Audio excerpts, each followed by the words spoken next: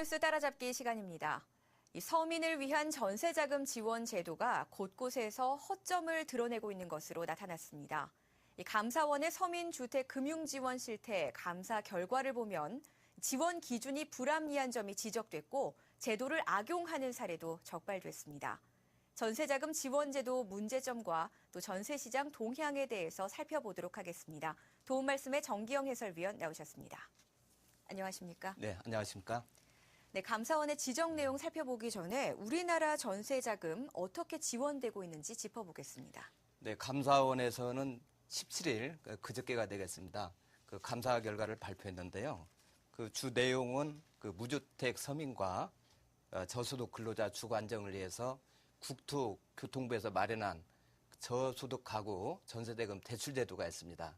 근데 이것이 그 당국과 금융기관의 잘못으로 좀 악용이 되고 있다라는 것을 지적을 했습니다. 네. 그럼 그 저소득 가구 전세자금 대출 제도에 대해서 대략 말씀을 드리면 일단 그 대출 대상은 전월세 계약을 체결한 후에 그 보증금의 5% 정도를 이제 계약금을 내야 됩니다. 그리고 나서 그 지자체장의 이제 추천을 받아야 되고요. 아무 그 전세 상품만 되는 게 아니고 금액이 좀 낮아야 됩니다. 예를 들어서 수도권 가밀 억제 권역 같은 경우는 네. 그 1억 그 이하의 그 주택인 경우 그 전세 보증금이 1억이어야 되고요. 그다음에 수도권의 가밀 억제 권역 이외의 지역 그리고 광역시의 경우는 6천만 원 이하인 경우 그리고 그 외의 기타 지역은 4천만 원 이하의 그 전세 보증금인 경우가 해당이 되겠습니다. 그리고 그 외에도 그 세대원이 있는 그 20세 이상의 세대주라는 요건을 갖춰야 되고요. 또 세대주와 그 세대원 전원이 무주택자야 되겠습니다. 대출 금리는 아주 초저금리가 되겠습니다. 그 2%로서 상당한 그 혜택을 부여하고 있고요. 일단 대출 한도는 자기 그 전세 보증금의 70% 이내의 금액에서 지역별로 차등화를 해서 지원을 해주고 있습니다. 예를 들면 수도권 가밀 억제 권역 같은 경우는 5,600만 원 이내에서 대출해 주고요. 수도권 기타 지역 및 광역시는 3,500만 원 이내 그리고 그 외의 기타 지역은 2,800만 원까지만 지원을 해주게 되어 있습니다. 대상 주택은 85제곱미터 국민주택 규모죠. 25.7평 그 이하인 주택. 물론 그 주거용 오피스텔도 해당이 되겠습니다. 그리고 대출 기간은 15년 동안 그 원리금, 균등 분할 상환을 할 수가 있고요. 또는 그 혼합 상환도 할 수가 있습니다. 혼합 상환은 절반 정도는 나중에 그 다 기간이 끝났을 때 원금을 전체 갚는 것이고 그 절반은 그 원리금, 균등 분할 상환 방식으로 상환하는 것이 되겠습니다. 네.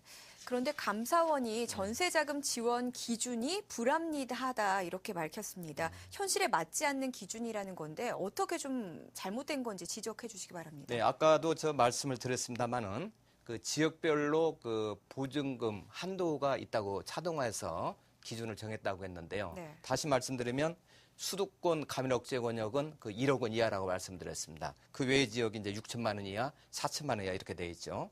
그런데 실제 이 전월세 거래 정보 시스템에 의하면 그 저소득 가구 전세자금 대출 대상이 되는 이 건수가 전국적으로 그 작년도에는 재작년에 비해서 한 10% 정도가 줄었습니다. 그 이유는 최근에 전세가가 많이 올랐습니다. 예를 들면 서울 경기도 같은 경우는 2010년에 비해서 2012년도에 무려 15.7%나 상승을 했고요. 또 8개 도의 경우도 2007년 대비해서 2012년 말에 무려 그 충북 같은 경우는 43.4%나 상승을 했습니다.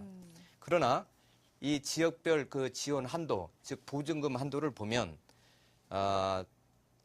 수도권 가밀 억제 권역의 경우는 이 보증금이 2011년 8천만 원에서 1억 원으로 상향 조정을 했습니다는 작은 금액을 이제 올렸고요. 네. 그리고 기타 지역도 2007년도 3천만 원에서 4천만 원으로 올린 이후에 금년도까지 그대로 유지를 하고 있습니다. 결과적으로 전세가는 많이 상승을 했는데 네. 지원 그 한도는 즉 보증금이 어느 정도 높지가 않아야 되는데 실제로 그런 주택이 많지가 않다라는 겁니다. 그래서 이 혜택을 받는 대상이 많이 줄었다. 그래서 이 금액을 좀 상향 조정을 해야 되는 거 아니냐라고 보고 있습니다. 네, 전세를 받으라고 대출을 해주는 건데 이 전세자금 대출을 다른 사례로 또 이용하는 경우도 있다면서요? 예, 예. 이번에 감사원에서 발표한 자료를 보면 이 저소득 가구 전세자금 대출자 한 110명 정도가 그 돈을 가지고 일단 자기가 전세를 산다고 해서 대출을 받고 네. 바로 주택을 구입한 사례를 적발해냈습니다.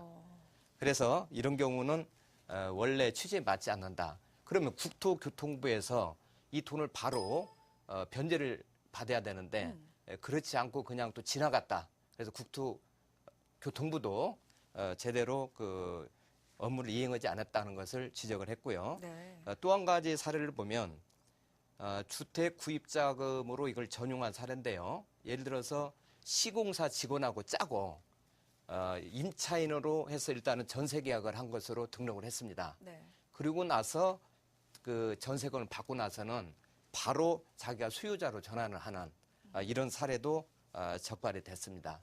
그래서 앞으로 이제 감사원에서는 정기적으로 이런 내용을 감사를 하고 또 다시 이런 사례가 재발되지 않도록 하겠다라는 내용이 있었습니다. 네, 정작 혜택을 받아야 될 사람들이 네. 받지 못하는 그런 경우가 그렇게 많이 되는 늘어나고 거죠. 있습니다. 네. 국민주택기금으로 운영하는 근로자도 서민주택 전세자금 대출 같은 경우에는 그 이자 산정에도 좀 문제가 있다라고 밝혀졌는데요. 어떤 문제입니까? 일반적으로 은행에서 대출을 해줄 때는 나중에 이자 계산할 때 그 일할 계산을 하게 돼 있습니다. 그 네. 날짜별로 따져서 하죠. 왜냐하면 월별로 계산하게 되면은 정확하지 않고 그러다 보면 계산 방식이나 여러 가지가 좀 문제가 있을 수 있다. 그래서 일할 계산하는데 이 경우만은 월할 계산을 하고 있습니다. 지금 네. 전세자금 대출인 경우에 그것은 국민주택기금 운용 및 관리 규정이라고 국토교통부에서 만든 이 전세자금 대출에 대한 그 기준이 있는데 여기에 그 월 단위로 정하고 있기 때문에 그렇습니다.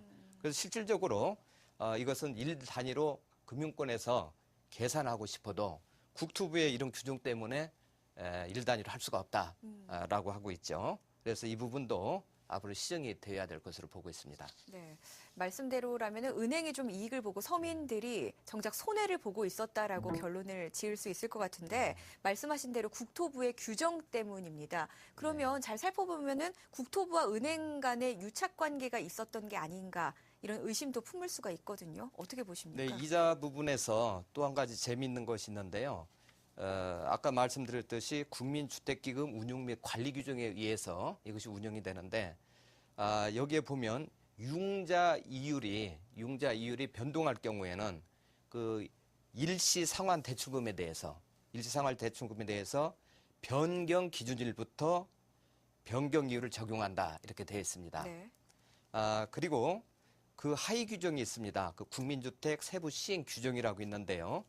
여기에도 전세자금 대출의 이자율이 변동될 경우에는 변경 기준일부터 변경 이율을 적용해서 이른바 일할 계산을 한다 이렇게 되어 있는데요. 국토부는 2011년 2월 달에 연 4.5% 이율을 4.0%로 수정을 했고요. 그다음에 2012년에는 연 4.0%에서 3.7%로 금리를 인하를 한 적이 있습니다. 네. 은행들은 이 관리 기준과 세부 시행 규정에 따라서 일할 계산으로 이제 이자를 계산해야 하는데 그렇지 않았습니다. 변경 기준일 이후 최초 도래하는 약정 납입일 다음 날부터 이 변경 이율을 적용해서 사실상 또 월할 계산을 한 형식이 되어버렸습니다. 그 이유는 은행들이 세부 시행 규정에서 일할 계산이 아닌 월할 계산을 하도록 2011년 2월 15일 세부 시행 규정 개정을 요구를 했고요. 네. 그 다음 날인 2월 16일 국토부에서는 이를 반영해서 하위 규정을 개정을 했습니다. 그런데 재미있는 것은 그 하위 규정을 개정한 바로 다음 날인 2월 17일 은행에서 또 금리를 인하를 했습니다. 네. 그래서 이게 뭔가 석연치 않다. 연이어서 이런 사태가 일어난 것은. 그래서 감사원은 이 같은 그 세부 시행 규정 개정은 그 상위 규정인 관리 규정의 유인 범위를 좀 벗어나는 행위다라고 지적을 했습니다. 네. 뭐 지원 대상 또 악용의 문제, 이자 산정 문제까지 여러 가지 문제점들이 노출됐습니다. 뭐 남은 것은 이 문제를 해결하거나 좀 개선을 해야 될 것 같다라는 생각이 있는데요. 어떤 식으로 제도를 개선해야 될까요? 뭐 우리가 조금 전에 지적이 됐듯이 일단 그 지원을 할 때에는 적격자에게 지원을 해야 되겠다라는 내용하고요. 또 아까 그 지역별 그 시장 한도, 지역별의 그 지원 한도를 차등화했는데 네. 이거를 보다 좀 현실화 시켜야 되는 거 아닌가 이렇게 보고 있습니다. 그리고 아울러서 약간 다른 이야기가 될지 모르지만 이 세입자들을 지원해주는 이런 전세자금 대출 지원 제도가 오히려 궁극적으로는 세입자들이 좀 불리하게 될 수도 있다. 이렇게 또 지적을 하는 분들도 있습니다.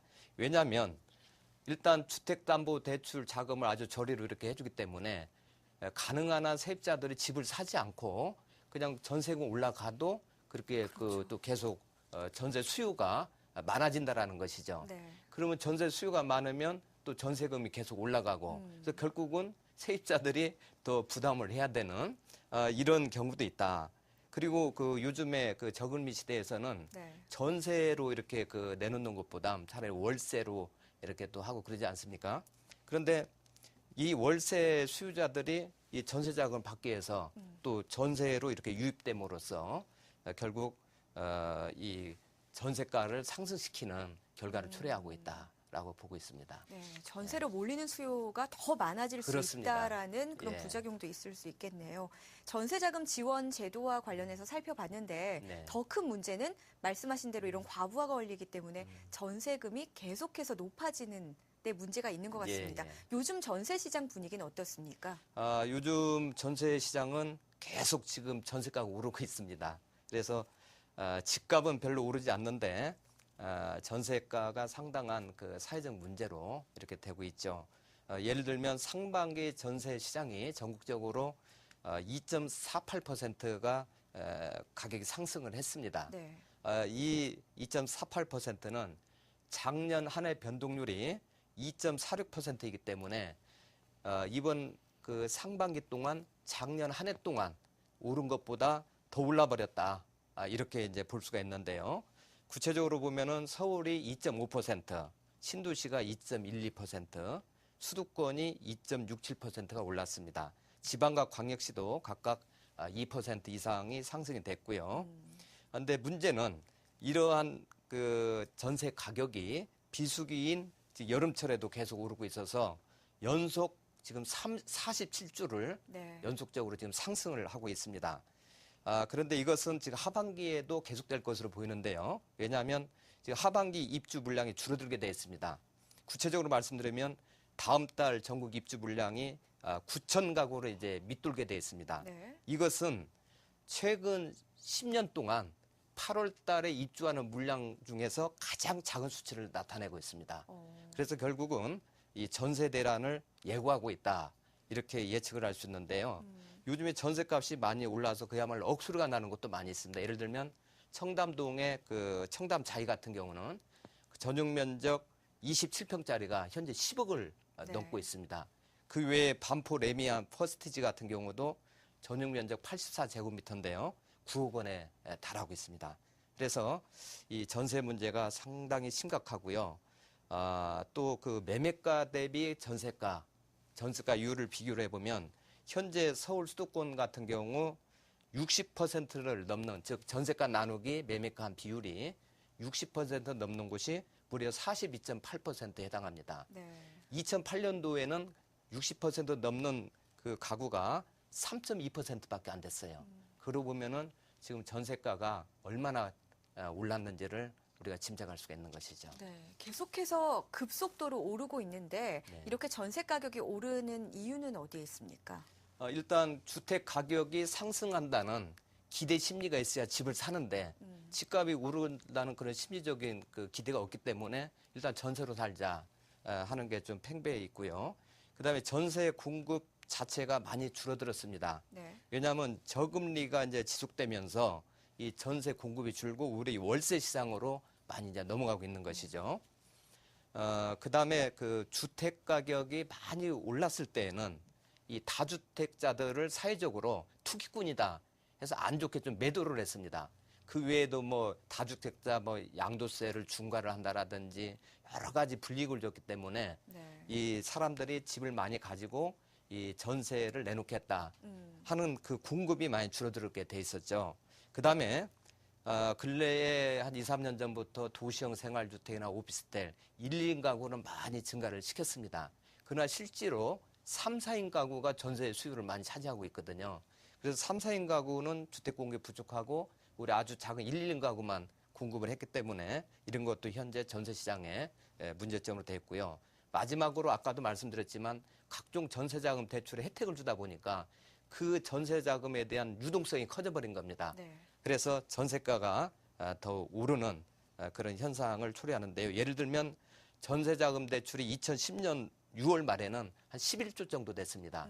그러나 금년 3월 달에는 24조 정도가 돼서 우리 2배 이상으로 뛴 거죠. 네. 그런 전세자금 대출 금액이 시중에 많이 나와 있다는 것이죠. 그렇다고 입주 물량이 많지도 않습니다. 지적을 해 그렇습니다. 주셨듯이 뭐 10년 동안 8월에 입주 물량 중에 최저치를 기록하거든요. 네네. 전세 시장 당분간 어떻게 좀 진행이 될지 전망해 보도록 하겠습니다. 아까도 뭐 잠깐 지적을 했습니다마는 하반기에도 신규 입주 물량이 굉장히 줄어들게 돼 있습니다. 그래서 당연히 전세가가 올라면 올랐지 떨어지지는 않을 것이다. 네. 이렇게 보여지고요. 그 하반기 수도권 아파트 입주 물량 구체적으로 보면은 45,890가구입니다. 이것은 2012년이나 2011년에 비해서 이 적은 물량이 되겠죠. 그리고 지방 같은 경우도 뭐 세종시라든지 혁신도시, 기업도시 이런 곳으로 인구 유입이 많이 되면서 우리 그 전세가가 좀 상승하지 않겠는가라고 전망하고 있습니다. 네, 잘 들었습니다. 지금까지 전세자금 지원 제도와 전세 시장에 대해서 살펴봤습니다. 이번에는 8월 분양시장 미리 짚어보도록 하겠습니다. 분양 물량 상당하다고 하는데요. 지역별로 살펴보겠습니다. 네, 입주 물량은 아까 준다고 그랬는데 분양 물량은 또 상당히 많습니다. 네. 8월 달에. 그래서 분양 시장이 이축된 그 2009년 8월에 비해서는 무려 220% 증가 물량이 되고요. 2000년대 들어서 8월 달에는 가장 많은 분양 물량이 나오게 됩니다. 서울을 포함한 수도권이 2만 918채로 전체의 한 84%를 차지하게 됩니다. 네. 그리고 전국 도시별로는 경기도가 1만 495가구, 그리고 인천, 서울, 충남, 전남, 경남, 부산, 광주, 대전 순으로 물량이 공급이 되겠습니다. 네. 수도권에서 많이 공급이 이루어집니다. 그런데 8월 하면 여름철 또 비수기로 지칭이 되는데 이렇게 분양 물량이 쏟아지는 것은 좀 이례적인 일이 아닐까 생각이 듭니다. 어떻게 보십니까? 네, 지금 8월 달에는 원래 비수기인데요. 이번에는 이 분양 물량 많이 쏟아진 이유를 근래에 판교를 분양했고 이래 신도시 분양이 있었는데 아주 그 성공적으로 분양이 잘 됐습니다. 네. 그래서 건설업체에서는 이 분위기를 그대로 몰고 가자 해서 지금 여름에도 불구하고 많이 분양을 하게 되는데요. 예를 들면 판교 일회에서 최고 379대 1의 그 청약 경쟁률이 나오기도 하고요. 또 떴다방이 등장해서 1억 원 이상 네. 그 피가 붙은 곳도 있습니다. 네. 그래서 이 분위기가 가라앉기 전에 빨리 분양을 하자 하는 게 있고, 또 하나는 연말까지 6억 원 이하 또는 85제곱미터 이하 주택 구입 시에 양도소득세 면제 혜택이 있습니다. 그래서 이런 것도 최대한 활용을 해야 되고요. 그 다음에 금년 9월이 추석이 있습니다. 추석을 보면 과거에는 연휴에서 뭐 3, 4일 정도 쉬고 그러는데 이번에는 무려 닷새 동안 네. 연휴가 지속이 됩니다. 그러다 보면은 분양시장 끊겨버리기 때문에 9월에 분양할 것도 미리 당겨서 하자 하는 물량이 좀 있는 것으로 보고 있습니다. 네. 그런 세제 혜택들 4일 대책 효과가 어느 정도 있다라는 말씀이신 것 같은데 하지만 일각에서는 대책의 효과는 이미 끝났다라고 지적을 하시는 분들도 있습니다. 추가 대책을 요구하는 목소리도 있어지는데 어떤 보완책들 필요하다고 보십니까? 4, 5, 6월 달 정도는 4일 대책으로 약간 주택 거래량이 는 건 사실입니다. 그러나 이것은 그냥 불쏘시개 정도 역할을 한 것이고요. 7월 들어서 이 취득세 이제 감면 혜택이 없어지면서 완전히 거래 절벽 현상이 나타났어요. 네. 서울시 같은 경우는 지난 발표 자료 보면 지난 그 과거보다 한 5분의 1 수준 정도로 거래량이 급감을 했습니다. 그래서 이제 심각한 문제다. 그래서 엊그제 국토부에서 그 어느 실장께서 이야기를 했는데 빨리 제 후속 대책을 내놓겠다. 네. 그렇지 않으면 시장에 문제가 있다 해서 지금 서두르고는 있는 것 같습니다. 그런데 제가 보기에는 4.1 대책은 이 소형 평형 이주의 그런 대책이었습니다. 큰 평형에는 큰 혜택이 없었어요. 그러나 우리나라 지금 문제는 소형 주택은 거래가 잘 되고 있고 가격도 떨어지지 않았습니다. 네. 그러니까 결국은 이 중대평형을 좀 살릴 수 있는 방안이 나와야 되는 거 아닌가 이런 생각이 들고요. 또 과거에는 찔끔찔끔 정책을 내놓다 보니까 약발이 별로 없었습니다. 내성만 커졌죠. 그래서 이번에는 내놓으려면 제대로 이 국민들의 심리를 뭔가 끌어올릴 수 있는 좀 강한 대책이 나와야 될 것이다. 네. 이런 생각이 듭니다. 네. 그렇다면 하반기의 분양 시장은 어떻게 흘러갈 것인지 전망해 보도록 하겠습니다. 하반기에도 분양 시장은 별로 좋지는 않을 것 같습니다. 왜냐하면은 지금 우리 그 소득 수준이 굉장히 낮아지고 네. 그래서 구매력이 매우 떨어져 있는 상태입니다. 그리고 지금 사람들이 생각하기에 아까도 말씀드렸지만 집값이 크게 오를 만한 뭐 그런 게 보이지가 않는다. 그래서 오히려 이 주택 가격의 하락에 또 위험성도 있고 그렇기 때문에 일단은 하반기에도 분양 시장이 별로 좋지는 않을 것이다라고 생각이 듭니다. 네, 잘 들었습니다. 오늘 도움 말씀에 정기영 해설위원과 함께했습니다. 고맙습니다. 네.